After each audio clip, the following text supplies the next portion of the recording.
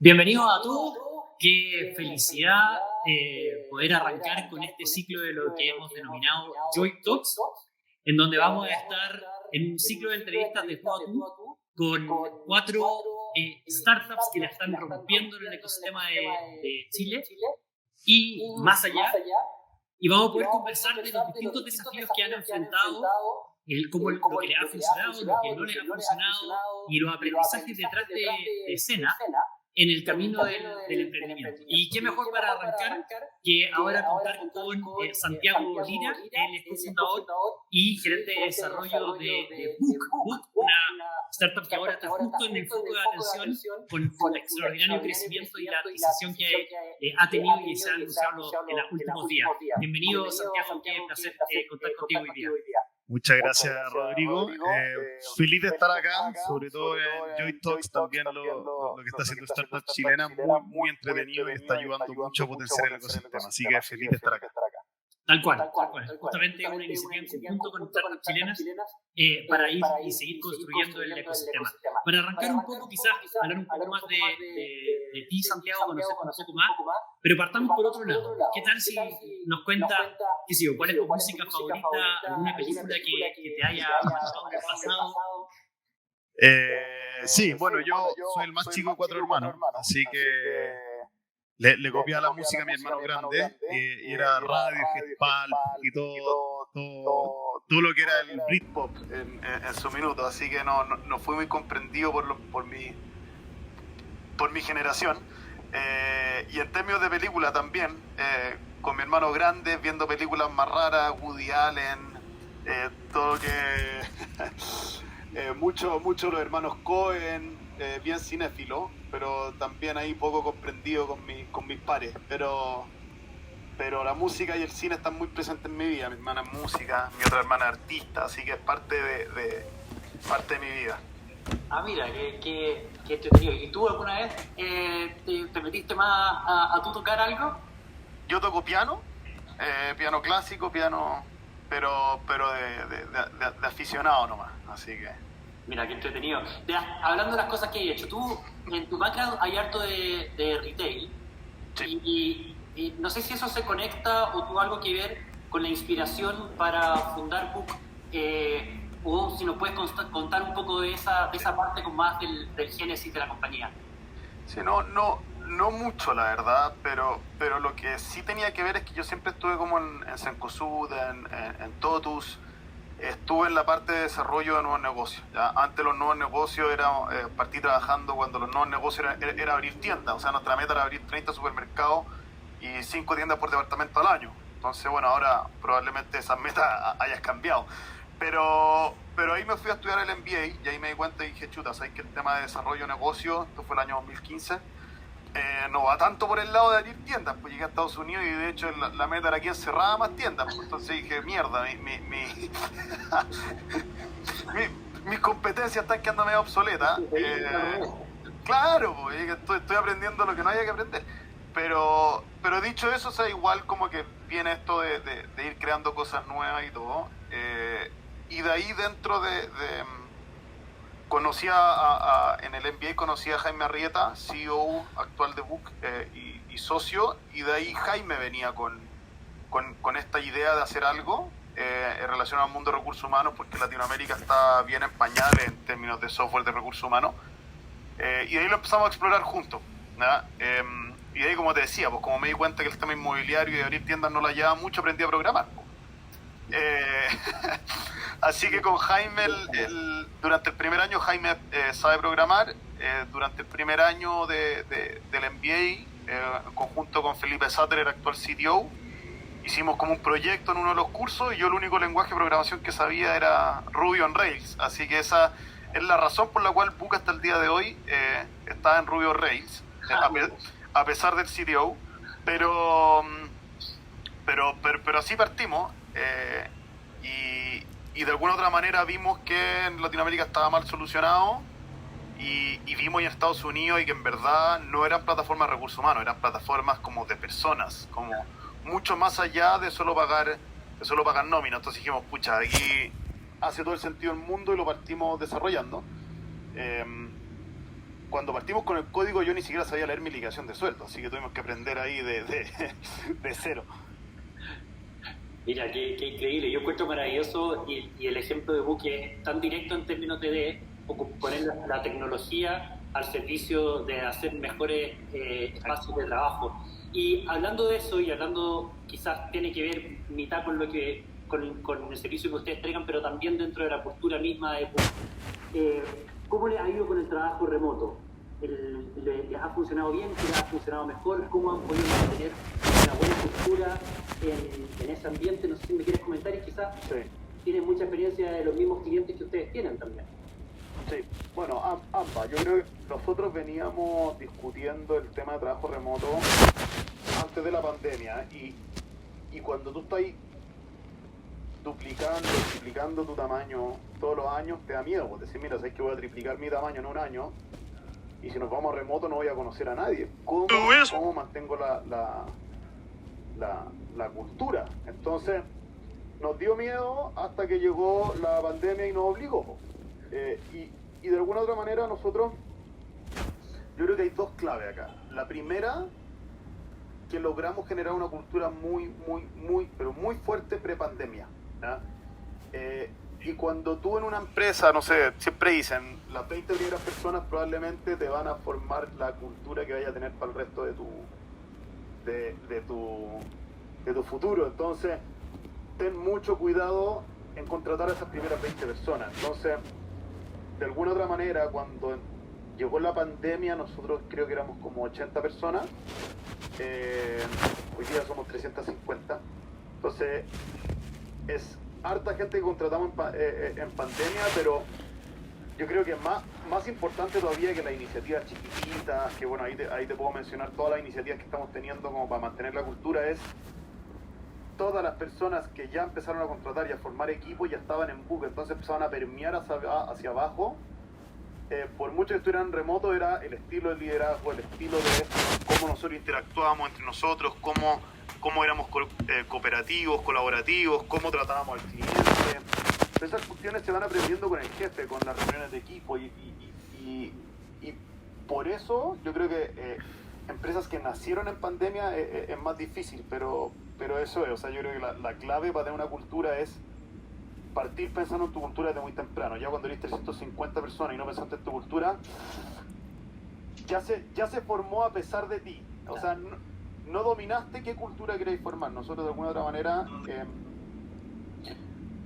nos inspiramos muy desde el principio en gallos como el de Sapos, el de LinkedIn, y estaba súper bien documentado cómo lo habían hecho. Entonces desde muy temprano partimos tratando de formar la cultura que nosotros queríamos, y eso yo creo que nos permitió después en pandemia ir que no sea tanto tema.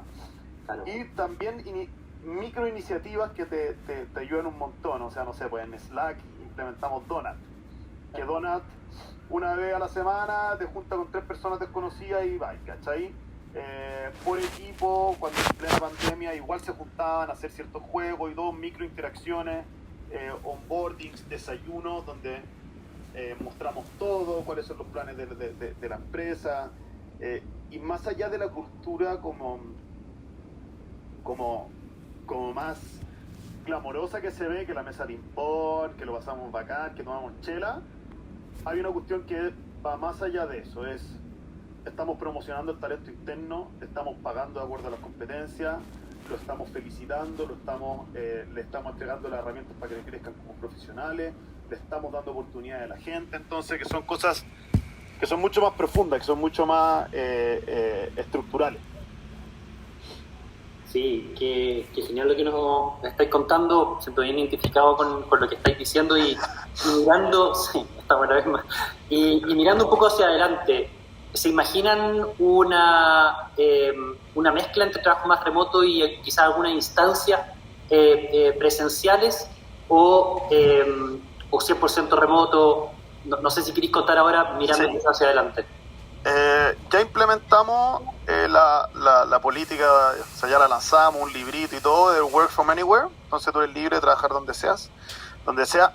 No devolvimos la oficina, o sea, hoy día tenemos una oficina de 900 metros cuadrados, que es un potrero, y la Y dijimos, mira, ¿sabes que si la gente no ha ido a trabajar? Bueno, ocupemos los espacios para que sean entretenidos. Entonces, qué sé yo, tenemos desde eventos los viernes, desayunos no sé cuántitos, los miércoles tenemos lanzamiento de features, mesas para que la gente vaya. Entonces, de alguna otra manera dijimos que hagamos un lugar entretenido para que la gente vaya a trabajar, y en general va como un 30% de la empresa, no sé, 70 personas, 60 personas, 100 personas los viernes cuando tenemos chela gratis, pero sí, eso es, pero la base de tus procesos tienen que ser remotos, o sea, ya asumimos que es remota la cuestión, ¿sabes? O sea, hoy día la célula de trabajo de México, que estamos trabajando para México, que hoy día van a hacerlo trabajo de 10 personas, hay 4 devs mexicanos, uno que está en Perú, uno que está en Colombia, 2 chilenos, y claro, el product owner y el UI. Entonces, ya tenéis un equipo que por defecto es remoto, ¿cachai? Entonces, por ahí va la política, o sea, hagamos procesos remotos, pero también lugares donde la gente vaya feliz a trabajar. Quiero seguirte, tomarte desde ahí mismo, porque el desafío se multiplica un poco cuando uno se va expandiendo a distintos países. Quizás transportar la cultura de este primer equipo fundador, de este primer equipo que tú describías, cuando un país nuevo puede tener un desafío adicional. Entonces, no sé si me puedes comentar un poco si es que hay alguna particularidad en cómo transferir la cultura a otros países, cómo lo mezcláis con una idiosincrasia que es distinta, y quizás cómo se están organizando para eso. Sí. A ver, yo creo que hay 2 desafíos, ¿ya? La cultura que tú generas afuera, o sea, que no sé, pues cuando abrimos Colombia, la cultura que tú generas en el equipo colombiano, y también cómo tú cambias la cultura de tu equipo chileno. ¿En qué sentido? Nosotros éramos una empresa 100% chilena, vendíamos en Chile, equipos chilenos, o sea, sí, obviamente habían venezolanos, había un par de peruanos, un par de argentinos, pero era una empresa chilena. Todos los directorios eran chilenos, todas las reuniones de trabajo eran chilenas. Entonces, lo primero que tenés que cambiar es tu cultura de trabajo interna, que tú dejas de ser una empresa chilena y empiezas a ser una empresa corporativa. Y eso nos costó un mundo. Empezar a pensar, oye, ¿sabes qué? Colombia no es un tumor que te salió aquí en el hombro y que como que lo tení y no sabéis qué hacer con él, ¿cachai? No. Si en verdad queréis pensar en la TAM, tú tienes que hacer una organización pensada corporativamente. Entonces yo creo que esa cultura la tuvimos que cambiar y nos demoramos como 1 año y medio en cambiarla, y recién la pudimos cambiar cuando abrimos el segundo país, Perú, y cuando de verdad Perú y Colombia ya como que empezaban a ser mucho más relevantes y como que nos forzaron. Entonces yo habría trabajado antes en esa cultura corporativa, porque cuando Colombia, bueno, nos craneamos mucho en encontrar al country manager colombiano que tuviese ese fit cultural. Íbamos a hacer un onboarding muy largo acá en Chile para que se quedara acá, pero por pandemia no pudimos hacerlo por 2 semanas y después se tuvo que volver a Colombia. Y así yo creo que en el proceso de selección. Entonces esta primera parte, la primera parte un poco como la cultura corporativa, y la segunda parte, el 80-90% del juego cultural se va en qué personas tú eliges, ¿ya?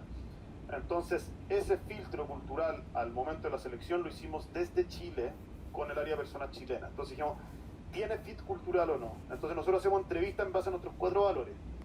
Y si el compadre puede ser un crack el weón, pero si no un team player, para afuera, ¿cachai?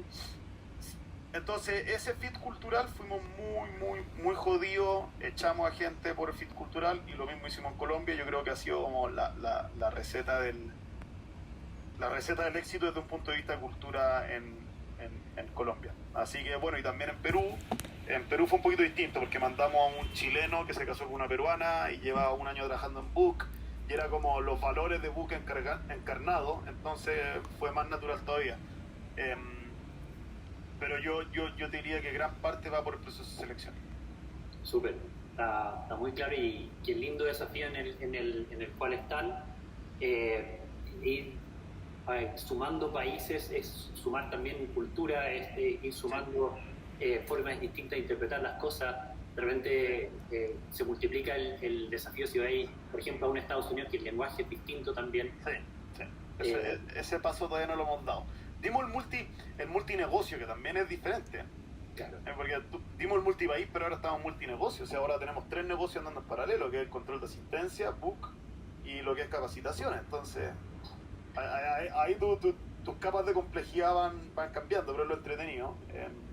Así que eso. Y ahí, colgando eso que estáis comentando ahora, ¿por qué no sé si nos puedes comentar un par de hitos que tú crees que fueron súper difíciles y del cual hayan sacado muy buenos aprendizajes como Book, que quizás sea bueno compartir con el ecosistema? Puede ser de esto que estamos hablando o quizás de otra cosa. Yo aquí con el riesgo de alargarme un poco, pero yo creo que puede ser la parte más valiosa de mi charla, perdón, de la entrevista. Bueno, la primera, que lo que más nos costó en Chile fue generar credibilidad, ¿no? Porque estamos en un mercado donde pagar sueldos no es divertido cagarla. No es divertido pagarle mal a la gente, y no es divertido ni para uno como proveedor, ni para la persona de recursos humanos que dijo yo voy a confiar en Book. Entonces, esa credibilidad, pucha, que nos costó. Y sobre todo éramos personas que no veníamos del mundo de recursos humanos, y ustedes que sean de remuneración. Mira, la verdad es que no mucho, ¿cachai? Entonces, éramos outsiders. Entonces, de alguna otra manera, yo creo que si hubiéramos vuelto un poco hacia atrás, habríamos tratado de ser un poco más insiders, o sea, meternos un poco más en la comunidad, haber traído a gente insider, haber trabajado más. Y yo creo que también fue la ingenuidad. Yo creo que cualquier emprendedor parte con una cuota de ingenuidad que no tiene idea en lo que se está metiendo, así que igual es bien difícil anticiparse a eso. El segundo aprendizaje que fue en Colombia, ya fue el primer país que nosotros entramos, que de alguna otra manera como que repetimos el error, como que fuimos muy torpes. Que llegamos a Colombia y dijimos ya sé que el producto ya está piola, igual yo creo que está lanzable. Y claro, MVP, pero el MVP no aplica para esto, no puede ser un MVP de pago nómina, ¿cachai? Entonces ya, listo, MVP, nos vamos a Colombia. Y partimos, armamos las campañas de Google y empezamos a vender. Y nos fuimos de espalda, el producto no estaba ni cerca, lo implementamos con una deuda técnica importante, entonces eso lo terminamos pagando en largo plazo. Entonces, ese aprendizaje que de repente, por el espíritu de crecer rápido, por decir ya sabéis que cumplimos el hito de Colombia, y porque más encima nos habíamos puesto con una fecha totalmente autoimpuesta, porque nadie nos estaba apurando, nos pusimos una fecha, tenemos que salir y salimos. Entonces, por cumplir fechas autoimpuestas, al final no sales suficientemente preparado, y ese tiempo que tú ganas, como esos 4 o 5 meses que tú ganáis como de salir un poquito antes, los perdí en credibilidad, los perdí en no dar abasto con servicio. Y esta cuestión, sobre todo en un negocio como el nuestro, es B2B, es referencias. Entonces, si las cagáis al principio, te va a costar el doble volverte a parar. En Perú lo hicimos diferente. En Perú fuimos mucho más cautos, le dimos a los pilotos mucho más tiempo, y en Perú lo hicimos, o sea, en México lo hicimos todavía más cauto, y en México vamos a salir más sólido y con mucho más ancho para llegar y salir a marketear con todo, ¿cachai? Y ya sabemos cuáles son como las palancas que hay que poner. Y el tercer aprendizaje que ya tiene más que ver con el mundo de fondo y levantamiento de capital, que yo creo que es hacer un llamado corto a que de repente muchas empresas ven, no sé, pues misma startup chilena en la prensa, y ven como que los hitos de levantar plata, y de alguna otra manera como que empiezan a apuntar a esos hitos, ¿ya? Como, oye, yo quiero levantar esa plata, yo quiero salir en Nasdaq. Entonces, yo creo que para nosotros siempre el tema del levantamiento de plata fue un tema mucho más táctico que estratégico. Nosotros nos financiamos 3 veces, nos financiamos con deuda. No vamos a salir a levantar ni un peso, nos vamos a levantar deuda, y levantamos deuda. Esa cuestión que ninguna empresa hace, ninguna startup hace, ¿no? Deuda, punto. Llegamos, y si tenemos problemas de caja, deuda, pues si al final sabemos que estamos creciendo, sabemos que tenemos churn bajo, entonces ¿para qué nos vamos a diluir si podemos hacer deuda? Entonces, y eso nos permitió el día que nos empezaron a tocar la puerta los inversionistas, estar mucho mejor parados, decirle, mira, sabéis que nosotros estamos creciendo todas estas tasas, tenemos todos estos planes, podemos financiar nuestros planes con nuestras propias ventas y en base a deudas baratas. Entonces, en realidad, te ponen en una posición donde el VC trata de venderse a él, no tú a él, ¿ya? Y esa cuestión es muy potente cuando llegáis a la negociación con el VC con un discurso mucho más armado, con un track record mucho más probado, y ahí las condiciones que sacamos, y ahí el detalle también son súper buenas condiciones, en el sentido del governance de la empresa, del control, y todo ese tipo de cosas que se ven en el detalle en un levantamiento de capital. Pero eso, o sea, no ver el levantamiento de capital como un fin último, sino que al revés, cuando lo ves, cuando ni siquiera está en tu cabeza y tienes un negocio súper potente atrás, van a llegar solo los VCs van a llegar solos y van a tener muchas mejores condiciones. Entonces verlo como una cosa más táctica y mucho menos estratégica y como un fin en sí mismo. Oye, Santiago, está muy bueno lo que estáis contando y se agradece mucho como la humildad para hablar de las cosas que han costado, que a veces eso no es tan común. Déjame... El otro día me invitaron a Fuck Up Night. También estuvo bien entretenido. Ahí específicamente los de los fracasos, así que... Quería profundizar un poquito en las dos que dijiste, o quizás ponerlo en mis palabras para saber si estoy capturándolo bien. El primero, déjame partir desde esta declaración y después desarmarla por lo que tú estás diciendo. El libro te dice lanza nuevo, no importa que no esté listo, aprende con el feedback del mercado, que es la mejor forma de no perder tiempo en un gran plan y corregirlo mientras lo haces. Tú decís, está bien.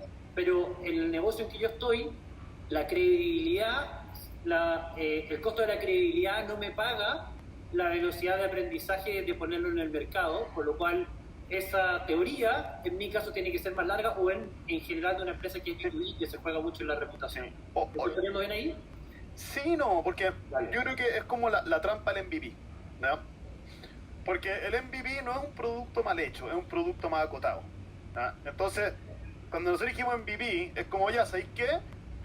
Tenemos todas estas casuísticas hechas para Colombia y ni nos dimos el tiempo para ver, oye, ¿sabéis que en verdad para salir al mercado el producto mínimo tiene que ser más robusto, ¿cachai? Entonces, no es el problema del MVP, es un MVP malentendido, que el MVP tiene que ser el mínimo que tú puedas salir al mercado, y eso no es lo mismo que salir con un producto a media. ¿Cachai? Entonces, hay esa trampa, ¿cachai? Que mucha gente sale con productos hechos con palitos, llega el primer cliente, se cae a pedazos el producto y el cliente lo bota, y al final toda tu tesis de si en verdad el proyecto era viable o no se derrumba, porque al final nunca lo pudiste probar, porque tu producto ni siquiera llegó a ese punto, ¿cachai? Entonces, ahí el llamado es a productos más acotados con menos funcionalidades, pero que esas funcionalidades funcionen bien, ¿sí? Perfecto, está muy bueno. Y déjame ir al segundo, porque los primeros dos un poco estaban conectados detrás de esa misma, creo yo, sí, creencia. 100%, sí.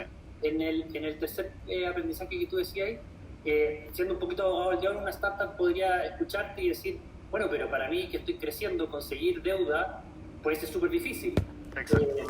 O a lo menos en la banca tradicional, digamos, ¿cierto? 100%. Pero quizás hay otros instrumentos, notas convertibles, etcétera, que quizás esa es la invitación a abrir la cabeza en términos de ser un poco más... ¿no? Es eso, o sea, mira, si necesitáis plata, porque también hay muchos negocios que son mucho más intención capital que el nuestro. O sea, mira, sabéis que voy a hacer una empresa de scooter eléctrico, estáis cagados, no voy a partir con 2 scooters eléctricos y empezar a vender desde ahí, no. O sea, si no tenéis 1000, mejor para qué. Entonces, obviamente depende del modelo de negocio, cuál es tu camino, pero que sea algo más táctico, decir, mira, ¿sabéis qué? Tengo 4 posibles alternativas. Puedo financiarlo con mis propias ventas, puedo financiarlo con deuda, puedo financiarlo con deuda de mi primo, puedo pedir plata aquí, puedo allá, y la otra es el VC. Oye, si el VC es tu única alternativa, go for it, ¿cachai? Pero de alguna otra manera que no sea como el fin. Oye, salí a levantar plata. Porque si estáis pensando así, vaya a regalar tu empresa, ¿cachai? Por tal de salir a levantar plata, ¿cachai? Si yo creo que es sano, si el mundo de los VC le hace mucho bien al ecosistema, no es que yo esté como hablando mal del mundo de los VC, al contrario, o sea, yo creo que han potenciado un montón el ecosistema, pero como founder del startup, al final, que no sea el fin último se va a hacer un negocio bueno, sustentable, que agregue valor, y que las decisiones de financiamiento se tomen en frío, como cuáles van a ser mis decisiones de financiamiento y cuál es mi pool de alternativas, ¿sí? Qué bueno lo que tú estás diciendo, y creo que es un llamado a todos y todos los que estamos acá, de quizás cómo transmitimos un levantamiento de capital. Lo que queremos todos transmitir es la creación de valor, y levantar plata no es creación de valor en sí mismo. Es un enabler para seguir creando más valor, pero efectivamente a veces los hitos empiezan a sonar como un fin último. Está muy bueno lo que tú estás diciendo. Y ahora déjame ir a creación de valor. ¿Por qué no nos contáis un poco más acerca de las dos adquisiciones que ustedes hicieron recién, que han tenido harto impacto, y sería genial escuchar un poco de ti mismo el qué hay detrás, el por qué, y cuál es como la compatibilidad que hace con el servicio que ya estaban entregando? Sí. Bueno, lo que hemos visto, y bueno, y también lo que la evidencia muestra, ahí nuestros inversionistas nos mandaron un cerro de evidencia en este proceso, es que en realidad el gerente de personas, el gerente de recursos humanos, ojalá tener todo bajo un mismo techo, ¿ya? ¿Qué significa eso? O sea, que todos los dolores los tenga un solo proveedor, o por último que ese proveedor se integre súper bien con toda la cadena de valor, ¿ya? Y eso no es por una cuestión como, oye, sé que tengo un solo proveedor, sino que todo el cruce de data, de que tú puedes decir, mira, sabes que este gallo no ha hecho las capacitaciones y por ende no tiene el certificado de seguridad, entonces por ende no puede entrar, entonces lo tengo que bloquear en mi reloj control. Estoy inventando. Mira, sabes que este gallo en evaluaciones de desempeño salió un poco débil en este punto, entonces por ende yo le quiero mandar a hacer estas capacitaciones para que fortalezca sus habilidades de presentación, de presentaciones, ¿cachai? Entonces agrega mucho valor tener data de diferentes partes para tú empezar a tomar decisiones y empezar a hacer cosas bien entretenidas, ¿ya? Entonces, en ese sentido, a nosotros, a inicios del año 2021, que ya teníamos una buena caja acumulada, esto previo al levantamiento de capital, dijimos, mira, sé que tenemos capacidad para empezar a ver posibles adquisiciones, y a nosotros nos faltaban dos flancos que los mismos clientes nos pedían mucho, ya que era el tema de asistencia, que nos integramos a diferentes relojes control, pero con ninguno como que controlábamos la experiencia end-to-end de verdad. Y todo el tema que es como de capacitaciones, que teníamos un módulo bien básico. Entonces partimos por el más higiénico, por así decirlo, que es el tema de control de asistencia, y nos compramos control en julio, y post-control dijimos, bueno, ahora ejecutemos el tema de todo lo que es capacitaciones. Y ahí dentro del mundo de capacitaciones Boost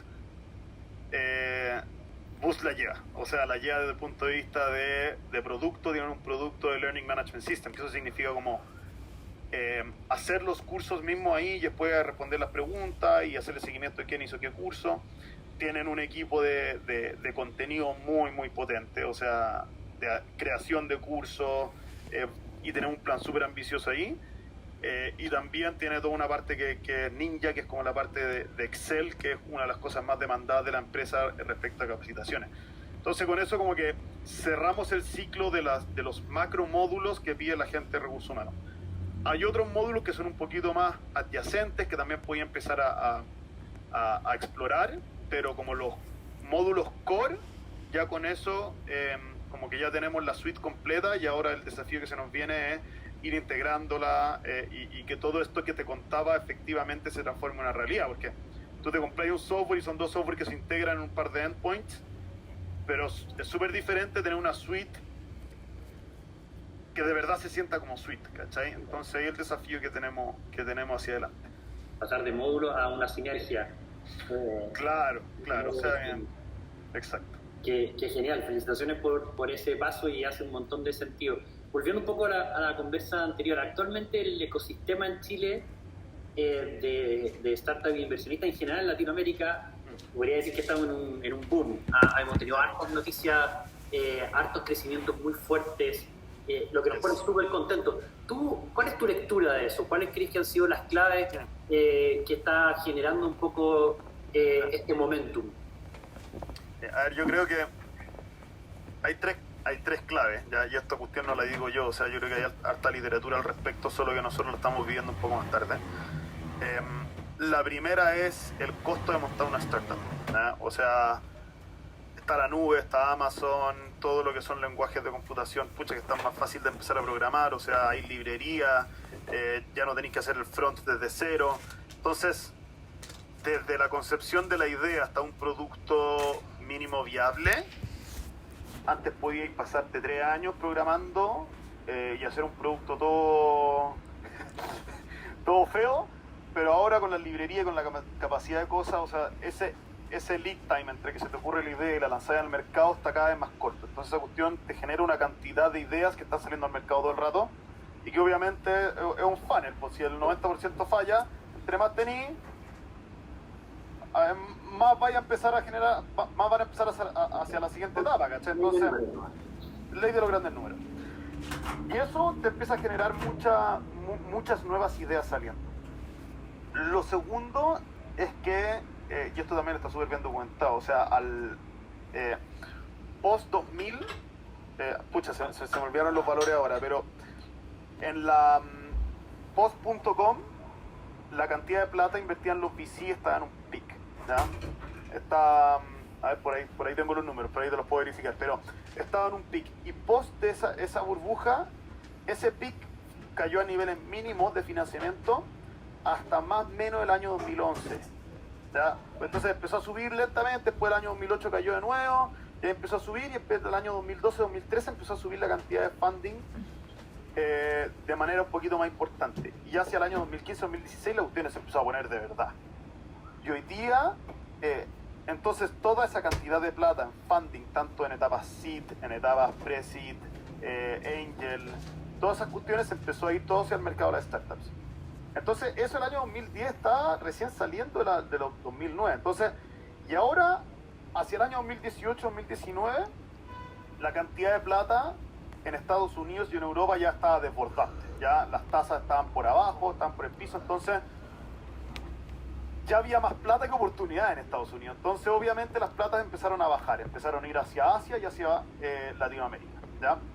Y el año 2020 ya empezó a irse hacia los peaks. Entonces el año 2021 se empezaron a abrir los nuevos fondos de SoftBank en Latinoamérica, General Atlantic, Insight Partners, Kasek viene con todo. Entonces empieza a fluir una cantidad de capital muy importante hacia abajo, y esa cuestión llegó para quedarse. O sea, SoftBank es de los primeros, van a empezar a venir Andreessen Horowitz, van a empezar a venir todos los VC grandes. O sea, cada ronda que está saliendo va a empezar a, no sé, qué sé yo, la siguiente ronda de Fintos creo que fue con Sequoia, ¿cachai? Sequoia nunca había estado acá en Chile, pero es su primera inversión. De ahí viene Tiger Global, y ahí, bueno, el Sky's the limit, entonces esa es la segunda. Y lo tercero es que yo creo que también, y esto es un poquito más cualitativo, que hoy día salir a emprender es mucho mejor visto que hace 5 años. Pues hace 5 años renunciáis de CSU, de Falabella, y decía, oye, me iré a emprender y entonces con la cabeza, va a tener una laguna en su currículum, nadie lo va a contratar nunca más. Entonces ahora es diferente, en un mundo tan cambiante, de hecho, como que se empieza a valorar que el weón haya hecho una startup y haya fallado. Entonces, esas tres cosas, hay más gente aventurándose, es más fácil y hay más lucas, y esa cuestión no es un boom, yo creo que es una tendencia. Vaya a saber uno, puede que las valorizaciones estén más o menos locas y que empiezan a bajar un poquito las valorizaciones por la cantidad de plata que se va a seguir inyectando en el mercado, la cantidad de cambios que se van a venir, y esa cuestión es una tendencia. Sí, tal cual. Creo que está muy bien cómo lo estructuraste con los 3 puntos, y efectivamente, como decís tú, pareciera ser que es un ecosistema que se retroalimenta a sí mismo. Cada vez que hay un exit, etcétera, cuenta ahí puede ser los corner shops se tuvieron que agarrar un avión y irse 2 meses a Estados Unidos como 4 veces a levantar plata. Claro. Yo estaba aquí en el link de mi casa mandando mails y de repente me llegaba un mail de Greenox, y esa cuestión la logramos por Corner Shop, por los nodes, por el ecosistema, porque nos funcionó el mapa. Entonces esta cuestión se va poniendo cada vez más fácil, ¿cachai? Es verdad, y es el valor de seguir construyendo este ecosistema que nos crea valor a todo. Así que para ir cerrando, Santiago, y que te agradezco un montón, ha estado súper entretenido. La última pregunta: ¿el café le echa azúcar o no? A los 25 le echas azúcar, pero ahora tuve que pasar a endulzante, Rodrigo. Lamentable, a pesar mío. Sí. Santiago, mira, muchísimas gracias por esta entretenida conversación en lo que ha sido Joy Talk en conjunto con Emprendimiento Chileno. Lo hemos pasado súper bien. Así que muchas gracias y saludos a todos. No, gracias a usted. Así que cualquiera que tenga alguna duda me escribe por LinkedIn y ahí estamos para ayudar. Nosotros le echamos conocimiento a mucha gente, a muchos emprendedores, así que y vamos a seguir aprendiendo. Así que cualquier duda me escriben nomás. Gracias, Santiago. Chao. Chao, Rodrigo. Oye, muy buena la